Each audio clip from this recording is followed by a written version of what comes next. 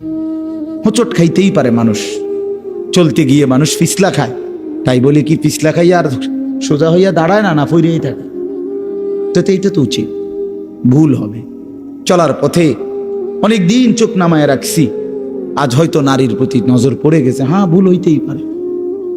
সবসময় সত্য বলার চেষ্টা করি, আজ হয়তো একটা ভুল বলে ফেলছি, মিথ্যা বলে, হতেই পারে, কিন্তু লাগাতার মিশা কথা বুঝছেন নি আমার কথাটা? প্রত্যেক দিন মিশা কথা, প্রতিদিন বুঝি মানুষের সুদ খায়, প্রতিদিন বুঝি ওজনে কম দেয়, প্রতিদিন বুঝি কাস্টমারের ঠকায়। এটা কি মুসলমান? এ কেমন ধরনের পাপী? 30 বছর বুঝি প্রত্যেক দিন টেলিভিশন চলবে আপনার ঘরে, প্রতিদিন আপনার ঘরে নিয়ম মাফিক নাচ গান নর্তকের ছবি চলবে। আপনাদের আখিরাত নাই? আপনার বিবি বাচ্চার আখিরাত নাই? তো এরা মরলে কোথায় যাবে? এদের পরিণতি কি হবে? আর আমি বাবা হিসাবে, অভিভাবক হিসাবে কি দায়িত্ব পালন করলাম? খাট পালং আর সোফা, ফার্নিচার, কাঁচের প্লেট আর নুনের বাটি, এটাই ছিল জিম্মাদারি না? একজন মুসলমানের দায়িত্ব তার স্ত্রী সন্তানের জন্য এই শুধু খাট পালং আর সোফা ফার্নিচার ব্যবস্থা করা, এই তো না? বলেন না বাবা, বলেন তো কি দায়িত্ব ছিল? কোরআন শরীফে আছে, ওয়া'মুর আহলাকা বিস-সালাহ ওয়াসতাবির আলাইহা। আল্লাহ তাআলা বলেন, নবী আপনাকে বলছি, প্রতিটা বান্দাকে ঈমানদার বলে দেন, হে ঈমানদার, তোমরা প্রত্যেকেই নিজ নিজ পরিবারের সদস্যদেরকে নামাজের আদেশ করো। তাহলে এই যে জিম্মাদারি, আপনার দায়িত্ব কি আল্লাহ বলছে, ওয়াসতাবির আলাইহা, এবং তুমি নিজেও নামাজের উপরে মজবুত থাকো। তো বাত্তরকারী আল্লাহ বলে, লা নাসআলুকা রিজকা, তোমাদেরকে রিজিক দেওয়ার জন্য আমি তোমাদের কারো সাহায্য আমার লাগবে না। নাহনু নারযুকুকা, আমি একাই সকলকে রিজিক দেব। কি সুন্দর কথা! মালিক বিষয়টা আমি দেখব, ভাতের ফিকির আমি করব, রিজিকের ফিকির আমি করব, তুমি সেজদার ফিকির করো, স্ত্রী সন্তানের ইবাদতের ফিকির তুমি করো, ওদের ভাত তরকারির ফিকির আমি করব।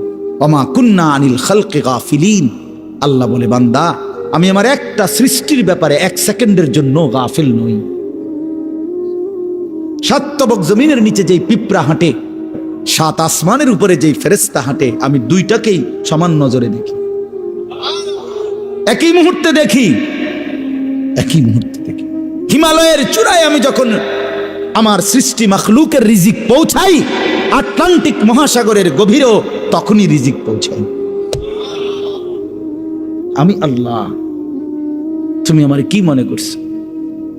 ওয়া ইম মিন শাইইন ইল্লা ইনদানা খাযাইনুহু, আল্লাহ বলেন আমার কাছে কোনো কিছুই স্টক সীমিত নয়, বড় খাজাইন, সমস্ত কিছু আমার কাছে ভান্ডারে ভান্ডারে ভান্ডারে ভান্ডারে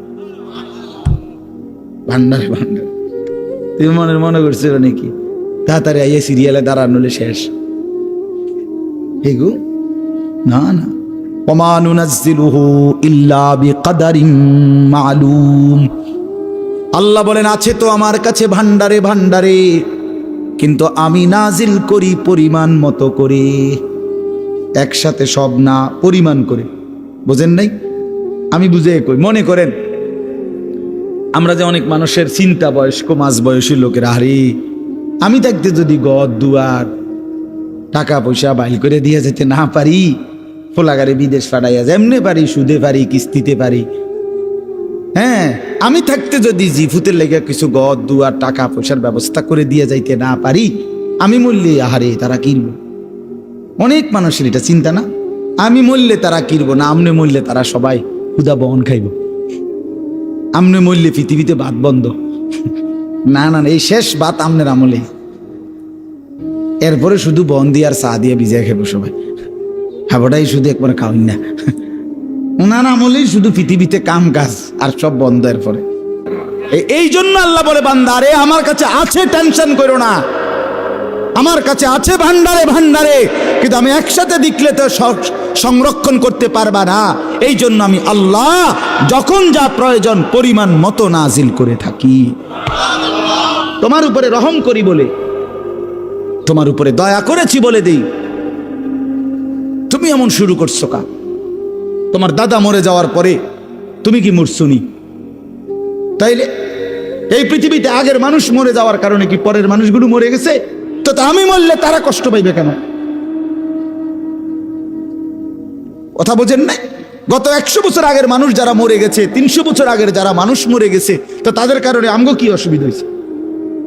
তার আমি মরে গেলে আমার পরবর্তী জেনারেশনের কি অসুবিধা হবে? হায়াত থাকলে রিজিক আছে, হায়াত থাকলে কি আছে? এই জন্য আমি আপনাদের কাছে অনুরোধ করলাম, ভাই দয়া করে আমরা প্রত্যেকেই এই কথাটা, এই যে কয়জন আল্লাহর বান্দা বসছেন, চাচারা, বাবারা, নওজোয়ান ছেলে তোমরা, আমার ভাই, নিজেকে আমরা মুসলমান মনে করি, আল্লাহ আমাদেরকে এই দৌলত দিছেন। আমরা যদি আল্লাহকে ভুলে যাই, আখিরাতকে ভুলে যাই, বিশ্বাস আল্লাহর কসম, তাহলে আর আমাদের জীবনের কোনো মূল্য থাকে না। আমি শক্ত বললাম আর কি, কিন্তু বাস্তবতা এটাই, মানুষের কোনো পরিচয় থাকে না। কোরআন শরীফে একেবারে আমি বললে রাগ করার কিছু নাই, কোরআন শরীফে স্পষ্ট আছে। আল্লাহ বলছেন, যে মনের ইচ্ছা মতো চলে, আমার হুকুমের খেলাফ, নিজের মনে যা চায় তাই চলে, কসম আল্লাহর, আল্লাহ বলছে, হে নবী শুনেন, সে কোনো মানুষ না, ইনহুম ইল্লা কাল আনআম, সে শুধুই জানোয়ার। ইনহুম ইল্লা কাল আনআম, এটা নফি ইস্তিসনা, মানে আর কিছু নয়, তার পরিচয় আর কিছুই নয়, শুধুই চতুষ্পদ জন্তু। তাহলে কঠিন কথা আল্লাহ বলছে। এই জন্য যে জীবনে আখেরাত নাই, যে জীবনে পরকালের কথা নাই মনে, সে জীবন জীবন না। আপনি আপনার মন মতো আখেরাত সাজাইলে হইতো না। একবার না, শত শতবার আল্লাহ বলছে, বান্দা ভুলে যেও না, ভুলে যেও না, ভুলে যেও না, এই হাসি, এই কান্না, এখানকার সুখ, এখানকার বাড়ি, এখানকার সম্পদ, এখানকার ছেলে মেয়ের উপার্জন, এটা মিলাইয়া তৃপ্ত হইয়া যাইও না যে আমার পরিকল্পনা শেষ, আমার টার্গেট শেষ, আমার দুনিয়ায় আগমনের উদ্দেশ্য শেষ। না বান্দা, তোমাকে সামনে যেতে হবে, কবরে, আখেরাতে, হাসরে, ফুলসিরাত পার হইতে হবে। তার জন্য সামানা কোথায়, তার জন্য তোমার পাথেও কোথায়, সেটা মিলাও, সেটা মিলাও, সেটা দেখো। আফসুসের ব্যাপার, আজকে আমার দেশ, আমার সমাজের মানুষ, বয়স্ক 60 বছরের, 70 বছরের মুরব্বীরা, অনেকের জীবন তৃপ্ত, অনেকের জীবন সন্তুষ্ট হয়ে গেছে এই কথার উপরে যে 3টা ছেলে ছিল, 3 জনেরই বিদেশ পাঠিয়ে দিছি, 4টা মেয়ে ছিল, 4টা মেয়েই বিয়ে দিয়ে ফেলছি, একটা বিল্ডিং করছি, শহরে জায়গা কিনছি, ব্যাংকে টাকা জমাইছি, ব্যবহারের একটা গাড়ি আছে, খালাস, দুনিয়ায় আসার উদ্দেশ্য কামিয়াব, দুনিয়ায় টার্গেট ফিল আপ, আর কোনো কাজ নেই। যে জন্য আসছে উদ্দেশ্য হাসিল হয়ে গেছে, এটাই দুনিয়ায় আসার উদ্দেশ্য, ঠিক না? কথা বলেন না কেন? 3 ছেলে বিদেশ পাঠানো, 4 মেয়ে বিয়ে দেওয়া, একটা বাড়িতে বিল্ডিং করা, অত্যাধুনিক টাইলস ব্যবহার করা, এখন আপনি সুখে খান, এখন ফ্যান চলে, এখন এসি চলে, এখন আপনার ছেলে মেয়ে টাকা পাঠায়, আর আপনি আরামসে ভাত মাছ চাল ডাল খাইতেছেন, আর গপসপ গল্প গুজব করতেছেন, টেলিভিশনে নাচ গান দেখতেছেন, খালাস জিন্দিগি না? আহ, হায় মুসলমান, এই তো তৃপ্তি। বুড়ো মানুষের চা দোকানের আড্ডা দেখলে, বয়স্ক মানুষের চা দোকানের আড্ডা দেখলে বুঝাই যায় উনি তৃপ্ত, ওনার মূলত কোনো টেনশন নেই, কোনো টেনশন নেই। চা দোকানে বসে বসে গপ মারে, সিগারেটের পর বিড়ি খায়, টেলিভিশনের নাচ গান দেখে, আরামসে আরামসে বসে আছে। তার মানে মরবে, পরকাল আছে, এই ভাবনাই নাই, এই ভাবনাই। আল্লাহ আমাদেরকে বুঝ দান করেন, আল্লাহ আমাদের কলিজার মধ্যে ফিকির দান করেন। আখিরাতের ফিকির ছাড়া জিন্দিগির কোনো মূল্য নাই, আল্লাহ এটাই বলছে। এখন কি আল্লাহর নবী সাল্লাল্লাহু আলাইহি সাল্লাম ঘুম থেকে উঠে উম্মতকে শিখাইছে, উম্মত একবার ঘুমাইছিলা, মরেই গেছিলা, আবার যখন ঘুম থেকে চোখ মেললা, পৃথিবীর আলো বাতাস আবার দেখলা, আল্লাহকে জানায় দাও, আলহামদুলিল্লাহিল্লাযী আহইয়ানা বাদা মা আমাতানা। মাওলা, আপনার শুকর মাওলা, আমি তো মরেই গেছিলাম, আপনি আবার হায়াত দিয়ে আমাকে বাঁচিয়ে দিলেন। তবে আমি জানি মাওলা, এই মরা আর বাঁচার খেলায় একদিন ঠিকই ওয়া ইলাইহিন নুশুর, আপনার কাছে ফিরে যেতে হবে, ফিরে যেতে হবে। প্রতিদিন চোখ বন্ধ হয়, আবার চোখ আপনি মেলে দেন। মাওলা, আমি জানি তবে এটাও জানি একদিন ঠিকই শুধু বন্ধ করবেন আর খুলবেন না, আপনার কাছেই নিয়ে যাবেন। ইলাইহিন নুশুর। প্রত্যেক ঘুম থেকে জেগে আল্লাহর নবী আল্লাহর কাছে ফিরে যাওয়ার কথা আল্লাহর কাছে নতুন করে মনে করাইতেন, নবায়ন করে নিতেন, নবায়ন করে নিতেন। তাহলে আমাদের প্রতিদিন ফিকির করা উচিত, মাওলা আপনার কাছে ফিরতে হবে, আল্লাহর কাছে ফিরতে হবে। অতএব এই কথাটা আল্লাহ তাআলা মনে করাই দিছেন, আমার দুনিয়া ভোগ করো, আমার জমিন ব্যবহার করো, আমার দেওয়া রিজিক উপভোগ করো।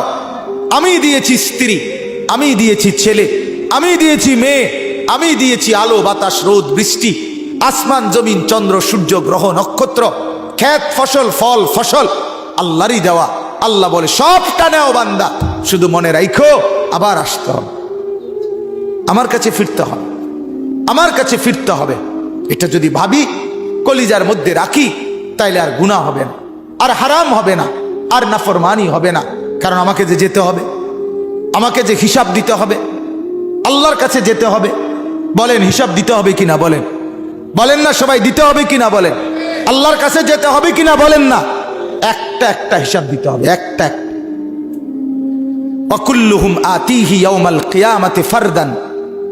আল্লাহ বলছেন কোরআনে, কিয়ামতের দিন তোমাদের প্রত্যেককে আসতে হবে একজন একজন করে, একজন একজন, একজন একজন করে বাপ, একজন একজন আল্লাহর সামনে দাঁড়াইতে হবে। ইন্নাল্লাহা সায়ুকাল্লিমু, নবী বলছে নিশ্চয়ই আল্লাহ প্রত্যেকের সাথে পৃথক পৃথক কথা বলবেন, একজন একজন করে কথা বলবেন। আল্লাহ তাআলা কথা বলবেন, আল্লাহর কাছে দাঁড়াইতে হবে, আল্লাহ তাআলার মুখোমুখি হইতে হবে। রব্বুল আলামিন বলছেন আহসাহুল্লাহ ওয়া নাসুহু, তুমি ভুলে গেছো জিন্দেগি, আমি গুনে গুনে রাখছি, গুনে গুনে। ওয়া কাফা বিযুনুবি ইবাদি খাবীরাম বাসীরা, বান্দা তোমার প্রত্যেকটা গুনার হিসাব রাখার জন্য আমি একাই যথেষ্ট। আমি পাই পাই হিসাব রাখছি, রাত কিংবা দিন, সকাল কিংবা দুপুর, আলো কিংবা অন্ধকার, একাকী কিংবা প্রকাশ্য, আমি সারাক্ষণ ছিলাম, আমি ছিলাম, আমি দেখছি, আমি দেখছি, আমি খবর রাখছি, আমি খবীর, আমি বসির, আমি আলিম, আমি সামিআ। আস্তে যা বলেছ তাও শুনেছি, জোরে যা বলেছ তাও শুনেছি, চোখের বাঁকা চাহনিতে যা দেখছো তাও আমি জানি, অন্তরের ভিতরে যা গোপন রাখছো আমি তাও জানি, পাতা পড়লেও আমি জানি, তোমার নিঃশ্বাস পড়লেও আমি জানি। সাতবক জমিনের নিচে যেই পিঁপড়া হাঁটে আমি তাকেও দেখি, সাত আসমানের উপরে যে ফেরেশতা হাঁটে আমি তাকেও দেখি। আমার থেকে তুমি আড়াল করবে কিভাবে? আল্লাহর থেকে আড়াল করবেন কিভাবে বাপ? অতএব দয়া করে আজ রাত গভীরে আপনাদের কাছে এটাই আবেদন, আখিরাতের ভাবনা পাবেন, গুনাহ ছেড়ে দেন, হারাম ছেড়ে দেন, হারাম ছেড়ে দেন বাপ। দুনিয়া কাফেররা নিয়ে নেক রে বাপ, দুনিয়া কাফেররা নিয়ে নেক। ইহুদিদেরকে দুনিয়া দিয়ে দেন, খ্রিস্টানদেরকে দুনিয়া দিয়ে দেন, হিন্দুদেরকে দুনিয়া দিয়ে দেন, বৌদ্ধদেরকে দুনিয়া দিয়ে দেন, নাস্তিকদেরকে দুনিয়া দিয়ে দেন, মুরতাদদেরকে দুনিয়া দিয়ে দেন। ইমানদার আপনি জান্নাত থেকে নিয়ে নেন, আখিরাত থেকে নেন।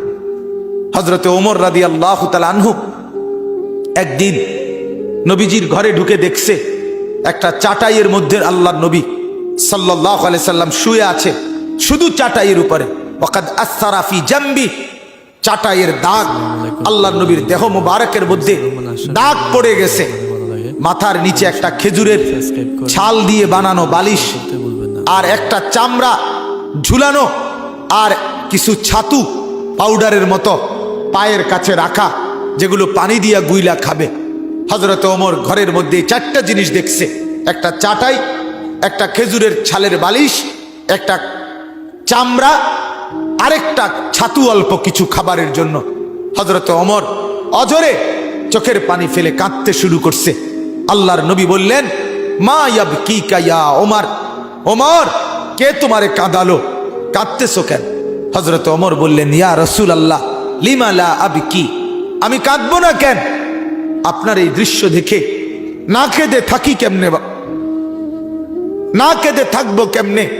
রোমের বাদশাহ, পারস্যের বাদশারা রেশমের কাপড় পরে, স্বর্ণরৌপ্যের গালিচার মধ্যে বিছানায় শোয়, আর আপনি শ্রেষ্ঠ রাসূল, সাইয়্যিদুর রাসূল, মুসাদ্দিকুর রাসূল, নবিয়ুল আম্বিয়া, নবিয়ে দু জাহাঁ, নবী দো শাহ, নবী দো আলম, ফখরে মৌজুদাত, কায়নাতের সরদার আপনি।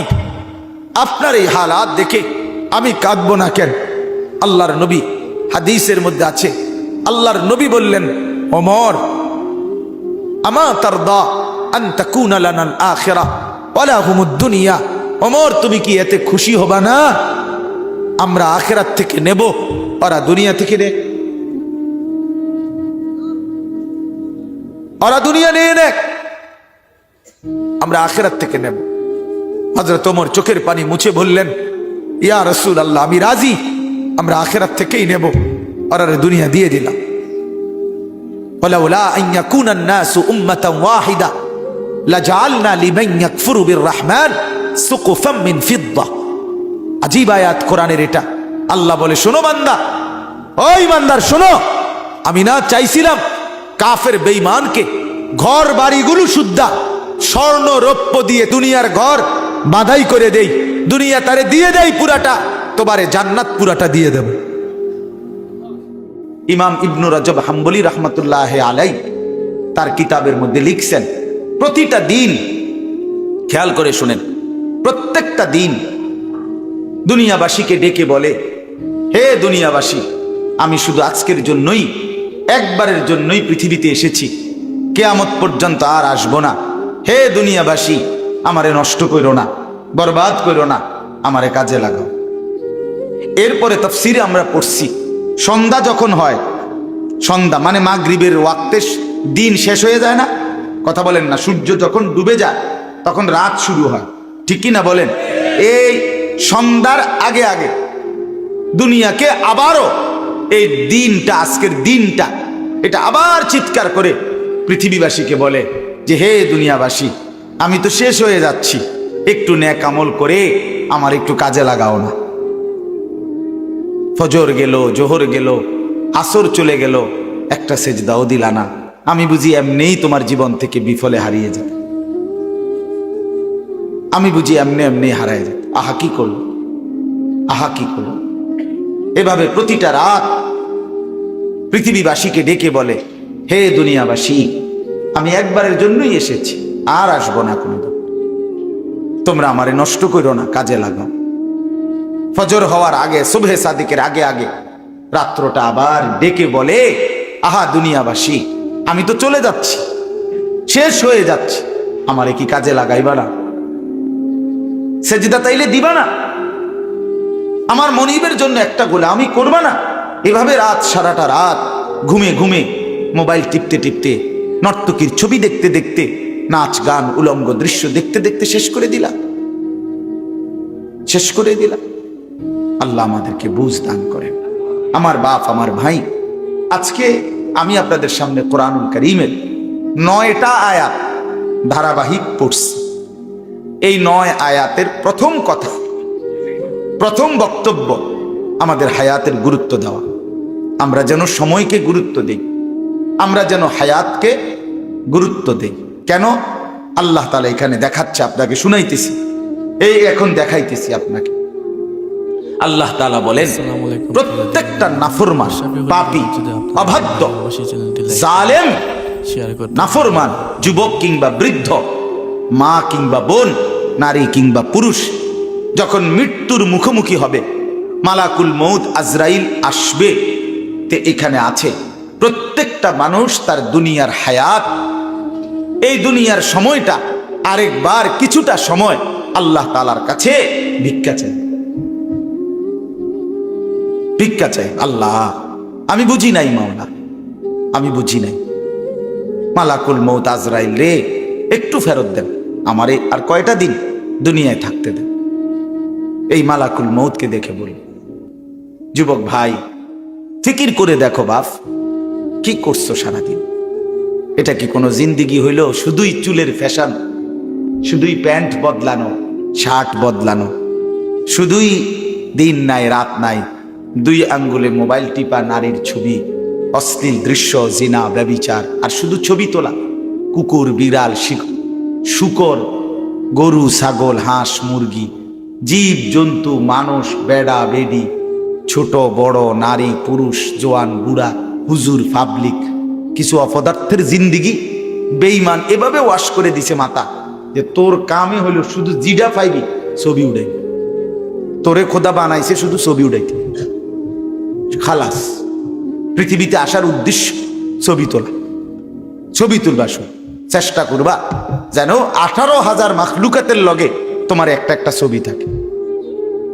আস্তাগফিরুল্লাহ। বলেন এটা কি কোনো জীবন হইল? বলো না ভাইয়া, তোমরা বলো। একটাবার ইনসাফের সাথে ভাবো, ইনসাফের সাথে ভাবো। তুমি তোমার হায়াত নিয়ে ভাবো, তুমি তোমার জিন্দিগি নিয়ে ভাবো। খুদার কসম বাপ, এই হায়াত মনে পড়ে ওই যে ওই হেরা ব্যাটকা এই ছেলে, ঘটনা কি? আরে তোমারে বলছি, তুমি পিছনে চাও কেন? ওরে ধাক্কাও কেন, হাসো কেন? সাফ কথা বাপ, আমি একজনকেও ছাড়তে রাজি না। আমার জিন্দিগির সিদ্ধান্ত এটা। কোন গাফেল, কোন ফালতু মানুষ আমি বলতে রাজি না। প্রয়োজনে একজনকে বলবো, ফালতুকে বলবো না। আমি টর্চ লাইটের মতো সারাক্ষণ চোখ ঘুরাই, আমার এটা তবিয়ত। এক সিদ্ধান্ত নিয়ে জিন্দিগির এই বয়ান করি, আমার নওজোয়ান বদলাইতে হবে। আমার সম্পদেরা, এই ছেলেগুলো যদি নষ্ট হয়ে যায়, একটা গাছের মূল অংশই যদি নষ্ট হয়ে যায়, এই গাছ টিকবে কিভাবে? একটা জাতির যুব সমাজ যদি নষ্ট হয়ে যায়, খোদার কসম ওই জাতি টিকে না, ওই জাতি টিকে না।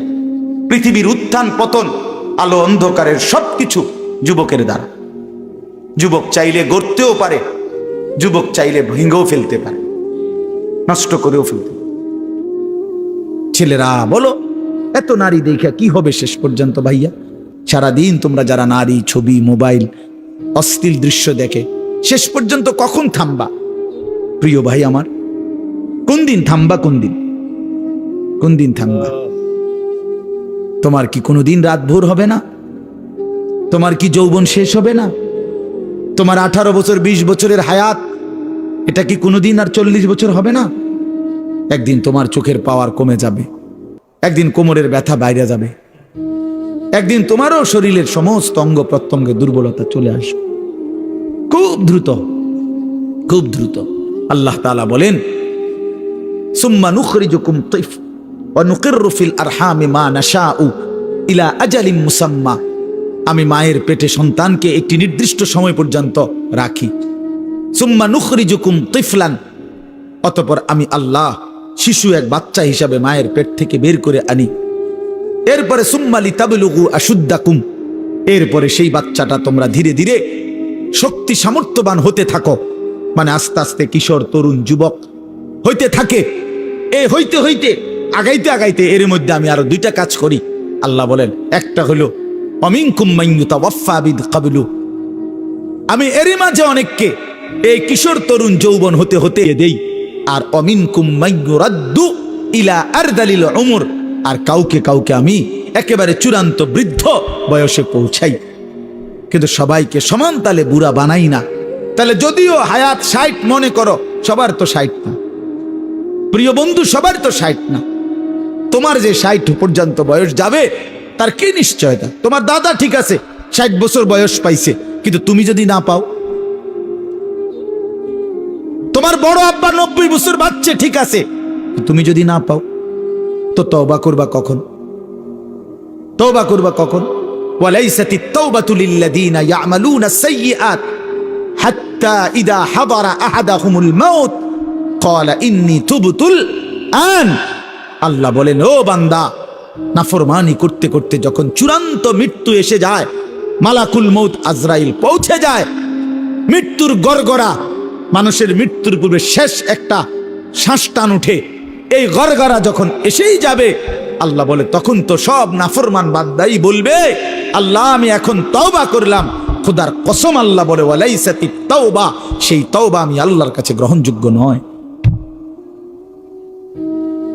সেই গ্রহণযোগ্য নয় বান্দা। ওয়ালাইসাতিত তাওবাতু, আমি আল্লাহ তাআলা সেই তওবা গ্রহণ করব না বান্দা। তখন আর ফিরতে পারবা না ভাই আমার, ফিরতে পারবা না, মনে পড়বে সব। ওয়াজিআ ইয়াউমা ইদিন বিজাহান্নাম ইয়াউমাইদিন ইয়াতাযাক্কারুল ইনসানু ওয়া আন্না লাহুয যিকরা। আল্লাহ বলে, বান্দা, হাসরের ময়দানে তোমাদের চোখের সামনে জাহান্নামকে ফেরেশতারা টেনে আনবে।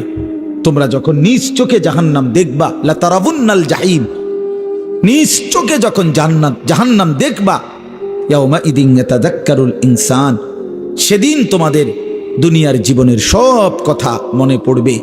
ওয়া আন্না লাহুয যিকরা, কিন্তু বলো না বান্দা, সেদিন মনে পড়ে কি লাভ হবে? কি আজীব কথা! ওয়া আন্না লাহুয যিকরা, বলো না বান্দা, মনে পড়ে কি হবে? সেদিন বুঝে লাভ কি হবে? কাল্লা লাউ তা'লামুনা ইলমাল ইয়াকিন। আজকে যদি কোরআন থেকে শুনে, রাসূলের হাদিস শুনে, উলামায়ে কেরামের নসিহত শুনে আজকে যদি বিশ্বাস করতা, কত না ভালো হতো। এটা কোরআনের আয়াত। আল্লাহ বলেন, আজ যদি বুঝতা বান্দা, তাহলেই খুব ভালো হতো। কিন্তু একদিন তো দুই চোখে জাহান্নাম দেখবা, নিজ চোখেই দেখবা বান্দা, সেদিন সব বুঝবা, কিন্তু লাভ কি হবে? ইয়াউমা ইউকশাফু আন সাকিন ওয়া ইউদআউনা ইলাস সুজুদি ফালা ইস্তাতিউন। আল্লাহ বলে, যেদিন হাসরের ময়দানে তোমাদের সকলকে সারা দেহ বিবস্ত্র করে, সম্পূর্ণ বিবস্ত্র শরীরে কাপড়বিহীন দাঁড় করানো হবে, সেদিন আল্লাহর ফেরেশতা ডাক দিয়ে বলবে, নাফরমান, তোর জীবনে যেই সেজদাগুলো ছুটে গেছে নাফরমান, আজকে হাসরের ময়দানে সেই সেজদাগুলো দে। আল্লাহর কসম বন্ধু, আল্লাহ কোরআনে বলছে, ফালা ইস্তাতিউন, লক্ষ কোটি বার চেষ্টা করেও বান্দা, সেদিন হাসরের ময়দানে একটা সেজদাও আর দিতে পারবা না। আজ তো পারতা, কেন নামাজ পড়লা না? কেন নামাজ পড়লা না? বলো ভাইয়া, কি লাভ হবে আমারে মহব্বত কইরা? একদিন শুনবা, আনিসুর রহমান আশরাফি নামে এক বক্তা ছিল, ওই মরে গেছে। একদিন শুনবা বন্ধু, ওই মাওলানা আমগো এলাকায় সব সময় আসতো, সে মরেই গেছে। মৃত্যু তারে কবরে পৌঁছায় দিবে। কি লাভ হবে? তুমি পছন্দ করলেও তো আমারে রাখতে পারবা না, আমি পছন্দ করলেও তো তোমারে রাখতে পারবো না বন্ধু। সব তো মালিকের কবরে চলেই যেতে হবে। হাত্তা যুরতুমুল মাকাবির, আল্লাহ বলে, একটা সময় তো কবরেই পৌঁছে যাবা। কাল্লা সাউফা তা'লামুন, তখন বান্দা কবরে সেই জানতে পারবা নাফরমানির পরিণতি কি। নাফরমানির পরিণতি কি? আল্লাহ আমাকে বুঝদান করে। নাফরমান জাহান্নামী তখন বলবে, আল্লাহ, আমার দুর্ভাগ্য আমার কপালের উপরে লেগে গেছে, আমি বড় মন্দ কপাল, আমি বুঝি নাই। আমার দুর্ভাগ্য আমার উপরে প্রভাব বিস্তার করেছে। অকুন্না কওমান দাল্লিন, আমি পথভ্রষ্ট সম্প্রদায়ের অন্তর্ভুক্ত ছিলাম। আল্লাহ, ভালো মানুষ আমি পাই নাই, নেককার মানুষ পাই নাই, চরিত্রবান মানুষের সংস্পর্শ পাই নাই, কিছু অসভ্য মানুষের সাথে চলছিলাম, ফলে আজ নাফরমানির জিন্দিগিতে ভেসে গেছিলাম। মাওলা, আমার দুর্ভাগ্য মাওলা। রব্বানা আখরিজনা মিনহা, এ কথা বলে নাফরমান জাহান্নামী আবার বলবে, মাওলা দেন না, দেন আমারে জাহান্নাম থেকে একটু বের করে দেন, আমারে দুনিয়ায় যেতে দেন না মাওলা, আমি পারছি না মাওলা, এই আগুন আমি সইতে পারছি না, এবার দেন না। আবার বলছি মাওলা, আবার দেন। ফাইন উদনা ফাইন্না যালিমুন, আমি যদি এবার গেলে নাফরমানি করি তো আমি আসলেই জালেম, আপনি আমারে তখন ডবল রিডবল শাস্তি দিয়েন, এবার ছেড়ে দেন। তখন শেষ আয়াত, আল্লাহ তখন বলবে, ক্বালা খসাউ ফিহা ওয়ালা তুকাল্লিমুন, আল্লাহ বলবে, নাফরমান তুই জাহান্নামেই পড়ে থাক, আর একটা কথা বলবি না। ওয়ালা তুকাল্লিমুন, আর কোনো কথা বলবি না, চুপ। আমরা যেমন রাগ করলে বলি না, একদম চুপ, একটা কথা বলবি না বেটা, খারা এনে বলি কিনা?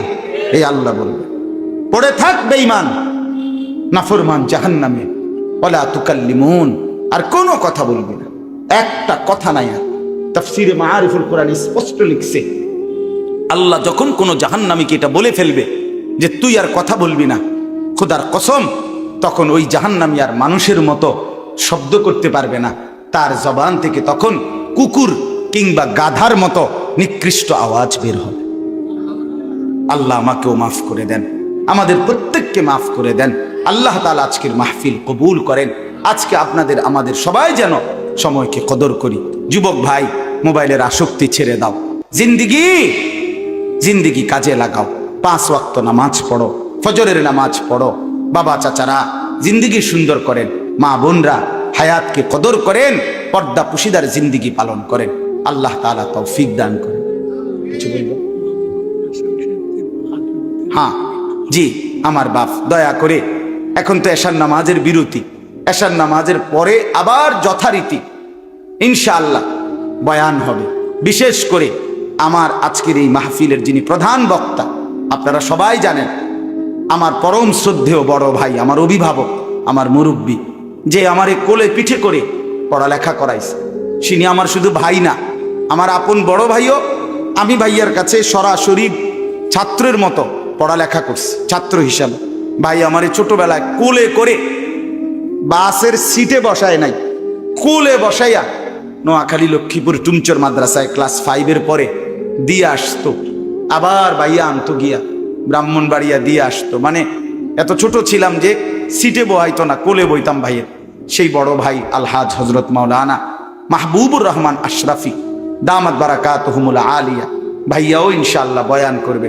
আপনারা এশার নামাজের পরে আবার যথারীতি সবাই জমে বসবেন, বলেন ইনশাআল্লাহ। এখন একটা অনুরোধ হইল, নওজোয়ান ছেলে, তোমরা যারা এশার নামাজ না পড়ে এখন ভাগ্যা যাই বাগা এদিক সেদিক, তোমরা কদ্দুর হাত উঠাইলে তোমগো লাগে আলাদা একটু দোয়া করতাম, একটু হাত উঠাও যারা এশার নামাজ পড়তা না। না না, অনেকে পড়বে না, আমার এটা একটা বুঝ আছে না, আমরা বেনামাজি দেখতে দেখতে আজ কি নতুন দেখিনি, তাইলে অপদার্থ দেখতে দেখতে একটা আইডিয়া আছে না। হাত উঠাও ভাই, নামাজ পড়তা না এরম অসভ্য যারা, তারা একটু হাত উঠাইলে তোমরা, আনালে ছবি উঠে রাখো। তোমরা কাজে দয়া করে এমন জঘন্য কাজ কেউ না করে, আজকের এশা থেকেই শুরু হোক পরিবর্তন, ঠিক আছে ইনশাআল্লাহ। আল্লাহ তাআলা প্রত্যেককে তৌফিক দান করেন। একটা ছেলেও এদিক সেদিক যায়ও না বাপ, এশার নামাজের জন্য প্রস্তুতি নিয়ে অজু করে নামাজে সেজদা দাও। যে কপালে সেজদা, খোদার কসম সে কপাল ভাগ্যবান, সে কপাল ভাগ্য। আর নাই তো ওই যে আয়াতে আছে, রব্বানা গালাবাত আলাইনা শিকওয়াতুনা, জাহান্নামী বলবে আল্লাহ আমার কপালটা বড় বদনসিব, আমার মন্দ কপাল, আল্লাহ আমাদেরকে মাফ করে দেন।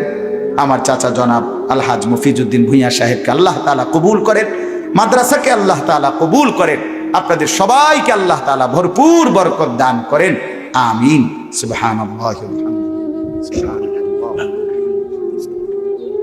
আসসালামু আলাইকুম দিনী বন্ধুরা, আপনাদের যদি আশরাফি হুজুরের ওয়াজ ভালো লাগে অবশ্যই চ্যানেলটি সাবস্ক্রাইব করবেন। ধন্যবাদ।